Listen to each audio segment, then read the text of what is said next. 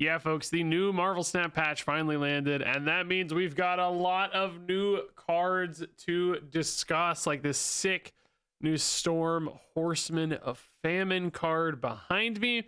Now, these, as always, are datamined cards, which means they are absolutely not final.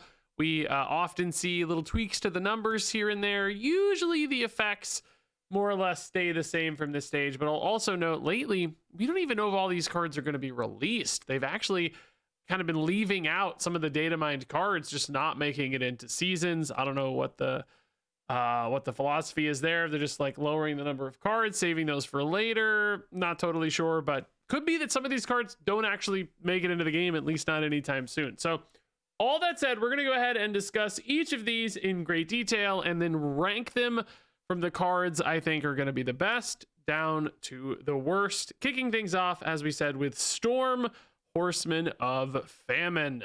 And she is a 3/2 again, which I think is actually pretty cool when the character's like the same size. It feels like some nice continuity there. And she's, again, using this keyword we talked about in the last Datamined Cards video, Objective. End 2 turns in a row with unspent energy. And then your reward for that, which these are the icons you can now apparently see in the data mines, a little like quest icon and then a little arrow for your reward, is give your other cards here and in your hand +2 power. So again, just a reminder, objective, as you can read there, an objective completes after the turn if in play with its condition met. So I do think probably your Storm needs to be in play to see both of those turns of unspent energy. So for instance, you play this down on turn 3, you're not going to have any unspent energy on 3, so you'd have to do turns 4 and turn 5 with some unspent energy, and just 1 is enough. So the same as like a high evo Cyclops or whatever. So obviously pretty natural fit into high evo decks, Star-Lord, etc. We have all these cards now doing this same sort of thing.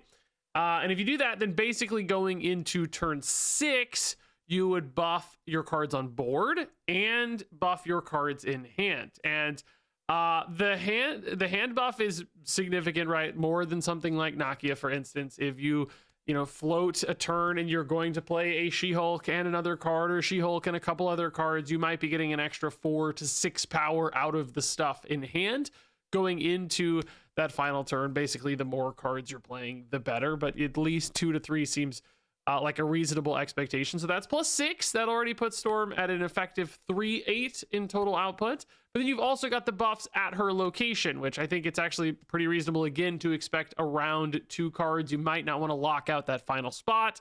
So you might not want to go for 3 total cards in her spot. You maybe could, though, with Sunspot or something that's big enough. So another 4 to 6 power, I think, basically on board is also reasonable for Storm. She does not buff herself. So in essence, I'm saying I think that these buffs would reasonably expect a return of around 8 to 12 power in the decks where you would run Storm, which basically makes her between a 310 to a 314 in total net output. She, of course, stays at 3/2, but you get the idea, that's good, right? Not only that, of course, these buffs can multiply and scale in other ways.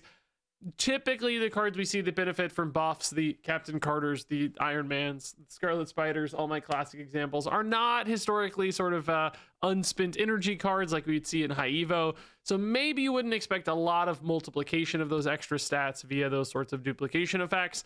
It would probably be more just straightforward stats, but if you're just trying to hit a critical mass of things that care about unspent energy and have ways to benefit from unspent energy, this could take you in a different direction.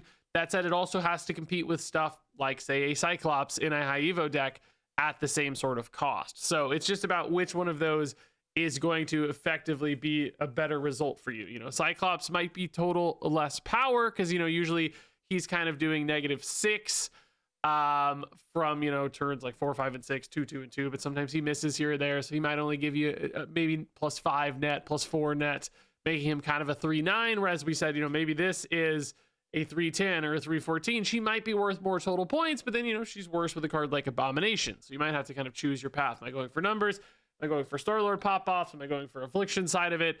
Maybe there's some combination thereof, but I do think her numbers are big enough here that it does make sense. And I think her objective is pretty trivial for that sort of deck. Now, does she escape that kind of unspent energy or high evo deck. Harder question to answer there. Is her power worth it? Maybe that buff feels good enough in a deck that just has the Captain Carters and the Scarlet Spiders and the Mr. Sinisters or whatever, where hand buffs matter and sometimes board buffs matter with stuff like Captain Carter. There's also Silver Surfer as well as a 3-drop. So maybe, I don't think it's impossible, because you don't have to like skip every turn with unspent energy. A Silver Surfer deck in particular, you know, like going into turn 4, maybe they play a 3-drop, turn 5, maybe they just play a 3-drop again. Might happen kind of organically in a Silver Surfer deck. Do keep in mind though too, like after turn 3, this card totally falls apart, right? I think, you know, you could play her on turn 4, I guess, as well, and just miss the energy that turn. But basically it's going to be really tough. Now, on that note, if this did look backwards, like if this remembered turns 1 and 2 and you could just skip those, this card's totally insane. The only downside would be the kind of on-board buff would be much worse, because it would kind of already be active instantly as soon as Storm hit the board. I mean, at the end of her turn or whatever, right? So that buff would be kind of wasted in many cases. But man, it would be so easy to trigger at any given stage. I don't think that's how it's going to work, though. I think the card needs to be in play for its objective to be met. So ultimately, I think promising, you know, just a very, you know, right now unspent energy decks are very obvious and very good. So Storm does seem to slot in nicely there. All right, next up here we have Wolverine Horseman of War, which these claws look crazy, man. He is a 4/3 with objective. This has 6 or more power. And the result there is give one of your cards at each location +3 power. So basically, if you buff this Wolverine just a little bit, then he can result in some really nice big buffs. That +3 power across 3 spots, of course, is +9, which kind of makes him a 4/12 in total output. Also keep in mind, you know, this objective doesn't seem to care about, like, you know, permanent buffs. In other words, if you played this into Nidavellir, I believe this will activate just fine on that objective. He will have 8 power because of Nidavellir, and that should trigger the objective. It just says if he has 6 or more power. So, you know, some locations could definitely help you out here to get Wolverine to that spot. You're also probably going to just want to run this in a deck, though, where you know you're going to be able to achieve that goal pretty reasonably. I will say 3 extra power is a bit of a tough breakpoint, because there's a lot of stuff that does 2. I mean, you know, just looking like it's Storm, for instance, you know, this is kind of 2. So you might have to stack together a couple different things, but there's other obvious options too, like an Agony is +3, and Ironheart is +3. So it's not impossible or anything. Just, I think a lot of things do land at 2, which means he might need a little extra boost. But a card like Agony being that simple to solve for Wolverine, playing this in a kind of buff deck with a lot of those cards that benefit, like we just talked about, right? So that not only is he easier to buff because you have a lot of options, but then also the buffs that he provides can be totally insane if they hit the Captain Carter or the Scarlet Spider or the Iron Man or whatever, right? The results get multiplied even further. So basically, he's a 4/12 at a base in those decks, but also becomes, you know, multiplied even further with each of those kind of cards. So just, again, a critical mass of buff cards that care about buffs. Does he go with Storm? I mean, maybe. I don't think that's totally impossible. Might be hard to weave into a deck that's floating that much energy. Maybe just a more raw buff deck is where Wolverine goes, because he's kind of a 2-for-1 there. Just like good numbers on his own that also scales up your other stuff and benefits and delivers those buffs all in one. 4 cost is a little bit prohibitive, I would say. Like, that's sometimes harder to weave in those decks.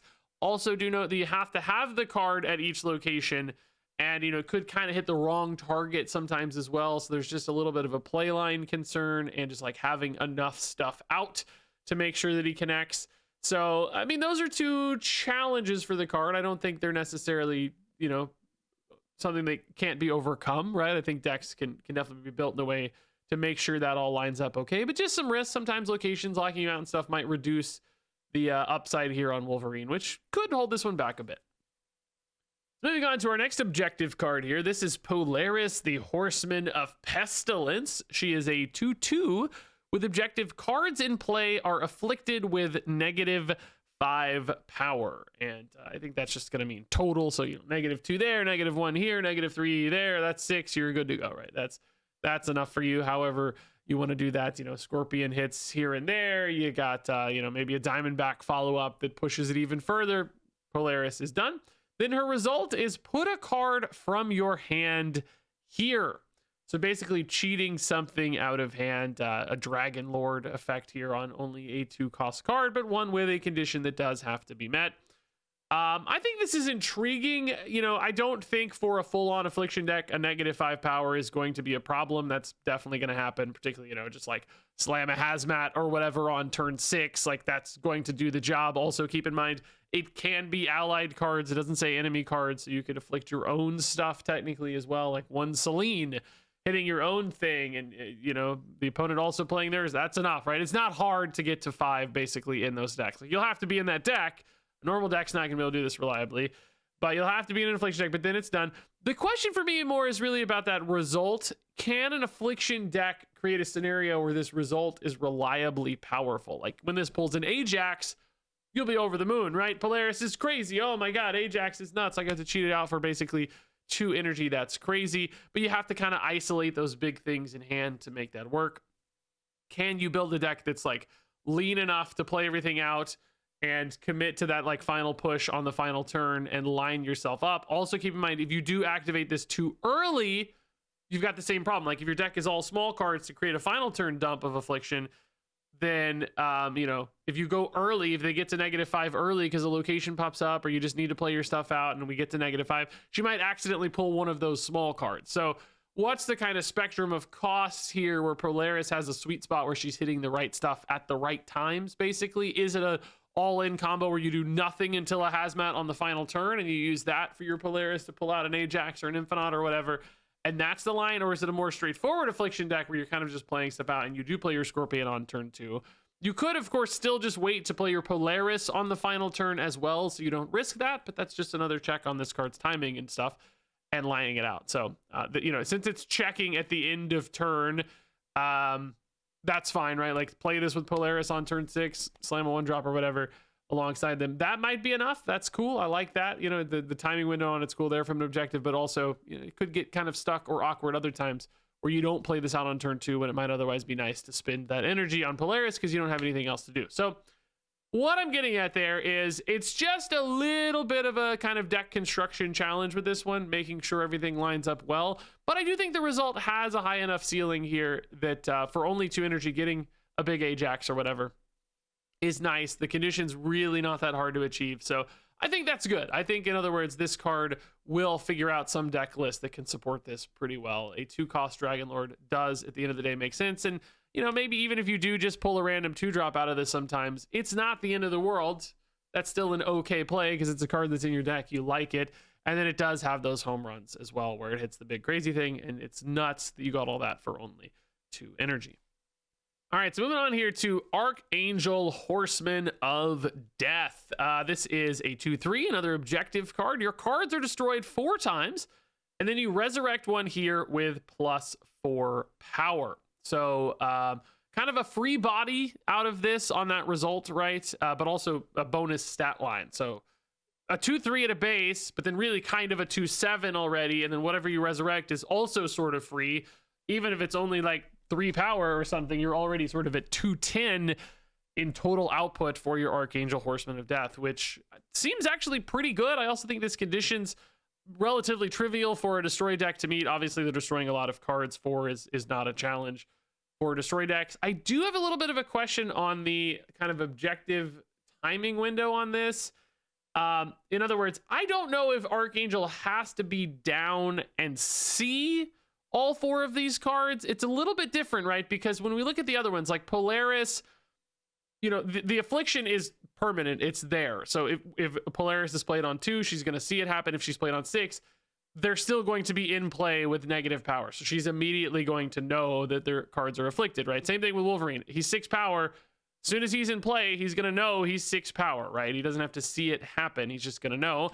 Storm is a little different because she does say specifically end 2 turns. So I think she needs to be in play for her objective to hit. I don't know if you can play her on 6 and she will look backwards. I think maybe not. It feels like, you know, end. I know, by the way, that the objective text line here says if in play with its condition met. The if in play is interesting. Like, that obviously is the case for the reward. I think that's what that's referencing. might also reference the condition as well, but like Wolverine specifically, right? Like this reward's not going to go off if Wolverine gets hand buffed. He has to be in play and his condition has to be met. Now, do you have to be in play to see the condition for Archangel? That's my question here. I think you could read it and interpret it a variety of ways.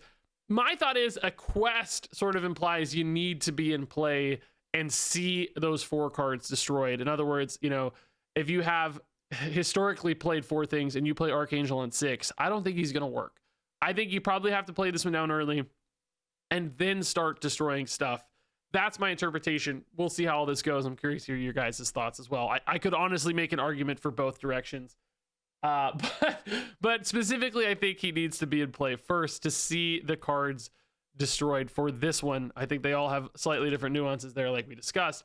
So that is a little bit more challenging. Like he has to, you know, like it's not hard for a destroy deck to destroy 4 cards. It might be hard for them to do that after turn 5, especially if they have other things that they want to do. There's also this conversation about what's getting resurrected. Like when you look at a destroy deck right now, some things can't be resurrected, like Deadpool, X-23, or Wolverine. They don't go into the res pool because they have already resurrected themselves by returning to hand or returning to board.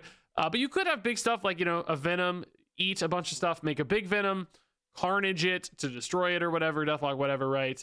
Kid Omega, whatever. And then resurrect your giant Venom and do it again. Like that could be an interesting idea to make an even bigger Venom, play into an Arnim Zola, play into a Null, whatever, right? There's some neat ideas there. So in some ways it could be helpful to isolate your destroy pool, that only Venom's in the pool because you've only destroyed things that resurrected. That's kind of a neat trick, but still all of it's just a little bit of a timing problem. So I don't know. Are you better off just doing Deadpool stuff and not worrying about weaving in an Archangel because you don't have time to play the 2 drop down early? That's a little bit of my fear for this one, is like, well, it's occupying a deck slot and it doesn't play to the main game plan that other destroy decks have found so successfully. So even though I do think the raw output on this is pretty great, like the +4 buff is significant, the extra body is cool, all of that can work out pretty nicely. It's just a little bit of that timing question, and that may change a little bit too, depending on how exactly that objective resolves, like we mentioned. But I think personally, this one's going to be just a little too awkward for destroy decks to really love and for it to really shine. All right, next up here, we have the Techno-Organic Virus, a collectible 1-cost skill with on reveal, copy this to your hand with +2 cost. And infect your other cards here, which is going to replace their text with, as you can see above me, ongoing +1 power for each Techno-Organic Virus you've played, which I think it's really weird that this is card text that's like not in the card text. Maybe it displays more naturally in game somehow, but it just doesn't feel very graceful. It's just too long, I'm sure, to fit in their normal text box. So this is what they had to do, but it just doesn't feel clean to me. Anyway, this is an interesting card. So like, you know, ideally you would play this in a spot with 3 cards. Each of them would get this new text line. Basically at that point, they're just getting +1 power. Then you get a 3-cost Techno-Organic Virus in hand. That one you would ideally, again, play in a spot with like 3 cards, a different spot to like, again, infect those cards. Then at that stage, all of your infected cards would be getting +2. So you'd have kind of 2, 2, and 2, 2, 2, and 2. At that point, that's like 12 power for 3 energy. But then you got a 5-cost Techno-Organic Virus. Like, again, ideally, you'd play it on 3 bodies and do it again. And then everybody would have +3. So you'd have like 9, 9, and 9. Or 27 power for 8 energy at that stage. Yeah, 8 energy, 27 power. Which, like, I guess mathematically that kind of shakes out to be okay. The problem is, where are you getting all these bodies on board? How are you getting 3, 3, and 3 cards down when you've spent 1, 3, and 5 on your Techno-Organic Virus? There's just no way. Also, you're replacing the text of those cards. Like, your Ant-Man is no longer an Ant-Man. So it's like, yeah, you gave him +3 or whatever with this incredibly convoluted line, but he would have had +4 anyway because he's an Ant-Man or whatever, right? Like, in what world is this going to be better than otherwise? I think there's one cool application here is maybe like just play a bunch of tokens or like squirrels or whatever junk, right? Mr. Sinister, something. Just give them ongoing for like a Spectrum later so that like Spectrum buffs them or something. Yeah, maybe that's an idea, and you just like play this once and you're happy to play it once. maybe the infect is kind of bait, and it's more about like the multiple infects anyway is bait, and it's more about just giving ongoing to stuff. I don't even think that sounds very compelling to me either. Like, play a brood, infect them, spectrum them. It's like, well, that's Silver Surfer with extra steps, basically, right? Like, I don't really see that. In other words, this card looks terrible to me. I'm not even sure if this didn't give itself +2 cost, it would be broken. I think it would definitely be strong. You could just play it for 1 every turn over and over again. Like, that would be pretty strong. I don't know if it'd be broken though, just because it's replacing their text. So I don't know, man. Am I missing a loop here? Like, am I missing something? Like, is there a way to play a lot of these somehow much more affordably? I don't know, man. If it gave +1 cost, I'd maybe think about it a little more, but +2 cost is just crazy prohibitive, and it's so hard to get enough bodies down for this to feel good. So I just don't see the math on this one at all, unless I am just totally missing something. Moving on here to Askani'son. This is a 2/3 with activate. Create a 1 cost card at another location. Increase the cost each time you're winning here as the turn starts. So basically, kind of an Iron Patriot vibe where you want to be winning this location a lot. Galactus First Steps vibe where you want to be winning this location a lot. And as you do, you get a better and better summon out of your Askani'son. So basically, it's at the start of the turn. So like turn 3, 4, 5, and 6. That's 4 increases. So that would be a 5 cost card summoned when this goes well. I guess 6 if you had a limbo game, technically, right? So you'd be getting a random 6 cost card summoned off of your activate.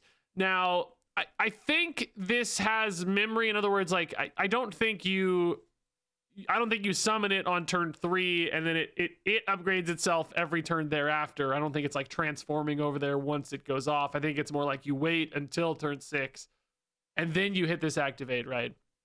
And then you summon the 5-drop. I think that's the only way this really makes sense to me at all. There's no hint of like transformations or anything. So is a random 5 cost card going to be worth it here on top of a 2/3? Like, what's your average output there? Maybe 7, 8. I mean, like, sort of, that's where it should be, but a lot of 5 cost cards have weird little effects and synergies and stuff that don't exactly math out that way. Maybe 6 to 7 points on average is the result. Of course, there's some crazy high rolls like Iron Man or whatever could be crazy good, but there's some low rolls as well where things would just be bad. So it's kind of a 210 if you squint, and that's with, you know, major commitment here because it's not that trivial to keep winning a location over and over again. So I'm looking at this and I'm thinking like, man, this just feels like a worse chamber to me. Like, you know, obviously different conditions and things, but like, I don't know, man. I just don't see the numbers on this, and the unreliability is so hard because you just don't know what you're getting until later. So it's like, man, this guy on average is like, I don't know, he's like a 2/8 or something, but that can totally backfire and screw the game. And it's really hard to plan around for both you and the opponent, but you want to be able to plan around your own cards. So I think this just looks quite weak. I think this is going to be crazy hard to use. Maybe some activate cheese is possible, but if you're playing like Joe Costa here, it's hard to win that location. So I just really don't see it for this one. Moving on next to Mother Askani. This is a 4/4 with on reveal. Give the leftmost card in your hand +2 power and -1 cost, and then copy it. So a little Moon Girl action here, copying a card in hand, but only 1. But also a little bit of a buff bonus on it too. I mean, this is like a dream for maybe a zombie Galacti deck where you get to discount it and give it a buff, but it's also at that stage a much, much, much worse Majestic Wing Beat, right? That does the same thing basically for zombie Galacti anyway, but much, much cheaper. You're getting a pretty weak upfront body. That said, of course, not necessarily just zombie Galacti. You could also hit a cheap card with your Mother Askani, and you could have like a demon that you've generated in hand, and you could basically create yourself a 0-cost 8-power demon that copies into a 0-cost 8-power demon, and that actually is kind of nuts. Same thing with, I'm thinking about like She-Hulk stuff, where you discount your She-Hulk by 1, you float turn 5, and then you've got 2 12-power She-Hulks. We kind of see that already with the Moon Girl She-Hulk stuff. Demons also in this list. I think that's sort of intriguing. You know, it's of course always a question of what do you hit, and you know, is that the thing you really want to copy? Those are always questions and problems. But I see this as a more like targeted, smarter Moon Girl in a way, where it's like I create one really awesome thing, and you know, maybe it's also Victoria hand and all that sort of thing too, like creating the copy in hand is really nice. So I think this is interesting. There's also of course on reveal synergies too. You create some cheese with this, but I think maybe just playing it straightforward is like a, you know, it's a combination between like Gwynpool and Moon Girl basically, and it's like, is it doing something different enough or like combined powerful enough to find its own slot? I kind of think it has a chance. I think that you know, basically you're getting 4 extra power out of this and 2 cost discounts out of this. That kind of makes this look like a 2/8 in a way, right? If you again really squint, but one that can, you know, play to your advantage because of surprise factor, other synergies, etc. So I think some of that math actually shakes out in favor here for Mother Askani. I think you could build a pretty cool deck around this one.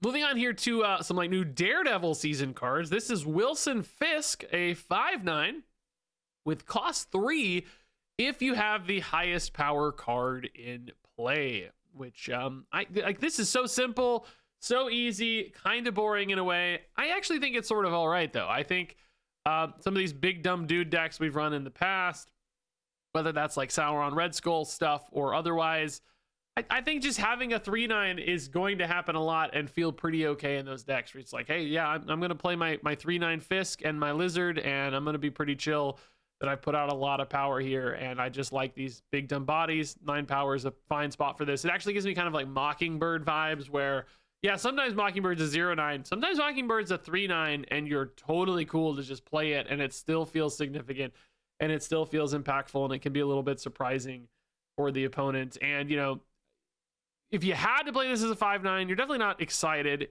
It's not maybe the worst thing that's ever happened to you, but your deck that's running this is probably going to reliably have this hitting. You know, like you plan to maybe even on turn 2, play the Lizard on turn 2. Very good chance your Lizard or whatever is the biggest. Just play Fisk on curve, or play a big 4-drop, play a big 5-drop, play this on 6 as a dump.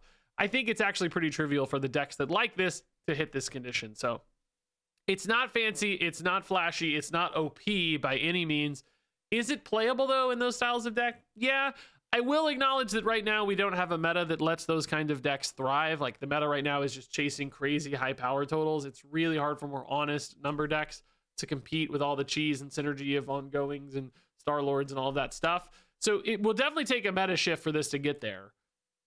Will that happen? We don't really know. We've had ebbs and flows in this as tech cards get better and worse. Like we could maybe see some tech cards come up. That'll create more space for those kinds of decks. So weirdly, Wilson Fisk could not be seen at all for a while, but this is one I would like park in my back pocket and say, hey, as soon as the meta gets a little more honest and those kinds of decks get some space, I think Wilson Fisk could be the sort of card that does make sense. Next up here is Shadowlands Daredevil, which I'm pretty sure this is absolutely not the base art. This appears to be some variant art. Base art's probably not in the data mines yet, but the card is, and it's a 2/2 with on reveal, shuffle 3 demons into your deck. So that would be the 1/6 demons from the hood. And when you draw a card with 6 or more power, Shadowlands Daredevil gains +2 power. So basically every demon you draw, he gets +2. If you play this down on turn 2, you've got turn 3, 4, 5, and 6 to draw cards. If all of those were 6 or more power, which you could definitely structure your deck to like guarantee that happening, right? This would gain a total of +8 power. If you got extra draws somehow, of course, it could go further, but generally speaking, you'd expect +8, which makes this a 2/10, which is a big number for a 2-drop. That's really nice output for a 2-drop. Even if you got to like 2/6 or 2/8, you probably wouldn't be sad at all to have a really big 2-drop. So then the question becomes, is shuffling the demons in your deck an advantage or a downside, right? Is that something you want to happen? Are you paying a price, or are you excited? I would argue there are some decks where you'd be pretty excited to shuffle 3 demons into your deck. Like 1/6s are good cards. Like, let's be clear, they are above rate. They are like, we play the hood to get the demon because it's awesome. I think if your curve is built in a way where you can handle drawing some 1/6s, in other words, you have fairly chunky stuff to play alongside those 1/6s, so you're not just like drawing all 1-drops and you just run out of stuff to do. As long as you can fill your energy efficiently with a demon draw here and there, which you might want to do anyway because you're trying to run stuff that's bigger than 6 power, I think that kind of makes sense. I actually think that's a bonus in many cases, that your like big high power deck isn't overloaded by just only big stuff and gets clunky. The demons kind of fill in the gaps and smooth things out. So basically you get like a 2/8 or a 2/10 with upside. I think that's kind of cool. I don't know exactly what that deck looks like right now. Also keep in mind, like Victoria Hand would not work with these. They are created in deck, not in hand. So not exactly a synergy there.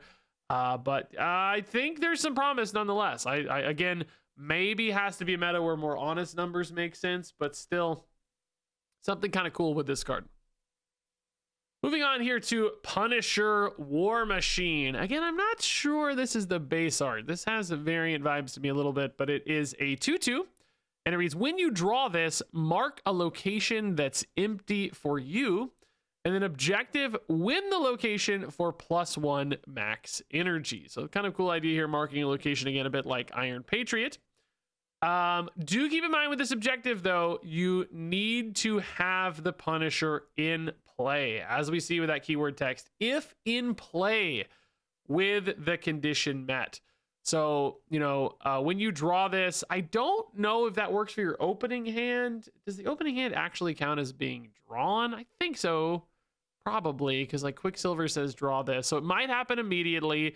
You know, if you top deck this on turn 2, you know, you play your 2-drop, maybe you hope. I don't know if it shows for the opponent, but it probably does. Sometimes these effects do certainly show the opponent, like Iron Patriot, you know, but that said, the Iron Patriot is in play for that. So I don't know if it'll show for the opponent or not. That could definitely change how often this happens. I will say, though, like drawing this late, if you draw this on turn 5 or whatever, number one, the +1 max energy is just not really going to matter much, and throughout the course of the game, right, you might get 1 on turn 6, but also it has to be in play. So if you draw this on turn 5, you got to weave a 2/2 into your turn 5 play in order for this objective to actually connect, and that could be really tough. Even on turn 2, it's like, this is not really the most exciting play that makes my life easy to win. Turn 3, again, like weird curve fit then. Like if my ramp deck needs 3 drops for other ramp, like can this really be the ramp card that I need? So it's just like, because this has to be in play, you're constantly playing a weak, underdeveloped card trying to win that location, and that's going to be tough. And it may not ever happen on the turn that it, you know, that you play the Punisher. It might have to happen like a turn later where you follow it up with something big beyond that, but then you're pushing back that max energy reward. So it's like, how often does this actually connect on turn 2 where you have the max energy going into turn 3? I don't know. And I will say one thing about decks that love max energy like that, they tend to map out a plan where they kind of know when they're going to have the energy and how to spend it and build their curve around that. This being so flexible and unreliable, it's tough to do. So it's like, does this go in maybe like a Wiccan deck where it's just like, okay, it's free, it's another extra bonus energy, you don't have a clear plan so much, it's just like, yeah, I'll play whatever I get, maybe. But at the same time, I don't know, the inconsistency here makes me really nervous for this one, which is a shame because this idea for a character, I mean, obviously a real character, but it's a sick looking character. I love Punisher and War Machine. They're awesome. Combining them is sick. I want this card to be good, but I definitely have some concerns about like having it required to be in play. That's a tough spot for this one where it's like, I don't want to play a 2/2 for that. Make this a 2/3, you know, make it 2/4 is maybe too good, but a 2/2 is just a really hard price to pay, basically. All right, next up here we have Karen Page, the most exciting character to ever come to Marvel Snap. A woman sitting at a desk.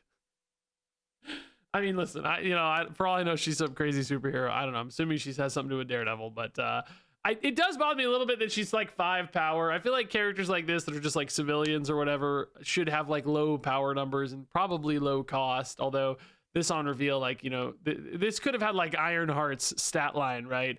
And that would feel more like flavorful for me for a civilian character. She should not be stronger than Storm in a head-to-head battle, right? I know on reveals Muddy the Water affects Muddy the Water, but like if Ironheart was a 4/5, that would make more sense because she's wearing a suit of armor, right?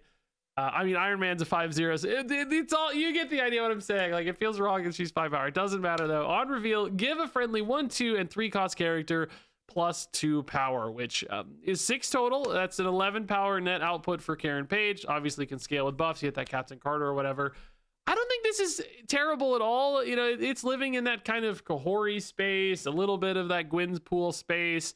That feels like fine comparisons. Kahori's not the best card, but this is maybe a little bit more targeted and a little bit easier condition to meet as well. Like playing out on curve isn't too tough. That said, you will miss sometimes, right? I would expect this to only hit like twice on occasion, but even that's a 4/9 in output. It's not bad. I don't think this is like blowing anybody's mind from a power level standpoint, but I think it's kind of quietly okay. I could see this sneaking into some decks that just want buffs and have a curve that fits it. I don't think it's going to be everywhere or anything, but like surprisingly decent card here for a character that to me at least seems fairly forgettable. Maybe there's some Karen Page lovers out there. Be Karens about it in the comments. I don't care. Moving on, next up to Stick. This is a 4/3 with on reveal, give the next card you play power equal to this card's power. So a way to scale up some buffs here. You buff this guy in hand a bunch. And well, yeah, it's got to be in hand. It can't be on board. Man, that's just like comparing this card to Maverick, and it is 1,000 times worse, right? It's just 1,000 times worse than Maverick. Can this really be the final effect? Oh my God. Because yeah, like you, like I said, you got to buff it in hand because it's going to be that on reveal. It's also just 1,000 times worse than Shuri probably as well. I mean, not technically always, but like, man, this card is not good, right?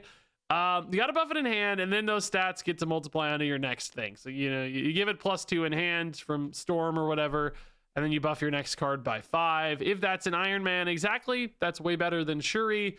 There are some plays, but I just think like both of those comparisons, Shuri can put out way more stats with way less work because it's kind of baked into the cards that's playing after her, right? You don't have to have like set up to make this better. Because like as a 4/3 buffing 3, this is definitely not a super exciting play, even for Iron Man or whatever. It's just not good enough, right? So you think you have to buff this and support it in some way, which requires hand buff, deck buff specifically, not on board buffs. Although I guess stuff like Nidavellir technically would work where, you know, some occasional high rolls. But then compared to Maverick, man, it's like Maverick, you know, can be buffed on board, which is great. You can have those follow-ups on board, the Shulao, etc. Where you hit the Maverick, and then you still get to duplicate like crazy. And it doesn't have this restrictive timing window. Like Maverick can be played out early and then hit whatever later. This has to be the exact next card you play, which is going to create some awkwardness there. It doesn't have to be in the same location, thankfully, like Shuri. But it's still like, you know, it's just not going to line up sometimes. It's going to break your curve and be weird. So I think from a standpoint where this needs a lot of help to actually be impactful and then also has these timing problems, this just looks so much worse to me than something like Maverick or Shuri, which both live in a similar space. I don't really see how this one can compete at that level. I also think this is probably not, again, the base art. This looks a bit like a variant to me, but I just don't really see this card getting there. So next up here is Ikari. This is a 4/12 big dude here. You can only play this where an enemy is afflicted with negative powers. We have a kind of overstated 4-drop, the Typhoid Marys, the Crossbones of the world, although this one is even bigger actually as a 4/12. But with a restriction, you can only play it where they're afflicted with negative power. So this would be a payoff for an affliction deck, which I think it's actually a big enough payoff that makes some sense, right? A 4/12 is a nice output. It just depends a little bit on the shape of the affliction deck. You know, is it that sort of Polaris thing too, where you have big cards in hand that maybe Polaris is cheating out? This could be the kind of nice thing to have in hand. This could also, of course, go the more like zero direction where you don't actually care about the affliction, but you turn it off. That said, it's not an ongoing, so it doesn't work well with Sauron. But you know, you got Nightmare, you got Zero as an option for this as well. I still love Nightmare decks. I think this is actually a sick Nightmare card at 12 power. That's a really nice number, better than many of the other 4-drops we look for when it comes to Nightmare. So that's an angle for this. I think it's totally fine, right? I think reasonable. Some affliction decks might value it. Some might have to go for a lower curve and not really care about this so much. But it definitely has that playability at 12 that it's close. And then our final card here is Muse. And this is definitely not the base art. This is clearly like a chibi variant or something, right? And it's 3/3 with ongoing +3 power for each location a friendly card has been destroyed in. So of course 3 locations, that means +9, making this a 3/12. Pretty good. 3/12 is definitely a big card, and a destroy deck shouldn't have too much trouble activating all of that. You know, more like Deadpool destroy deck might, you know, they might only destroy 2 or 3 things, but you know, Killmonger in particular gives you a lot of depth there. You just play a couple cheap 1-drops. Killmonger, you know, you can clean up the spots easy. A Squirrel Girl Killmonger, of course, could achieve that instantly. So you can almost see some like Death Killmonger, even like Thanos builds or whatever, where Muse is just a good body to throw in the mix when you need that big stuff, because you're just wiping out all your small stuff. You're not playing towards Deadpool or Wolverine destroys. You're just clearing bodies, and then this just becomes a really effective cheap 3/12. Like that's, I think, a really nice place for this sort of card to work, maybe more so than a traditional destroy deck, which, you know, especially with the Deadpool angle, has a pretty tight list where they don't always have space to weave in an extra 3. You have to have that right balance of Deadpool support and destroy cards. Does Muse fit in? Probably not. So I think you'd have to carve out a different angle. That said, I don't think that's hard to do, and I think that's actually some unexplored space, those like Death, Thanos, Killmonger style decks.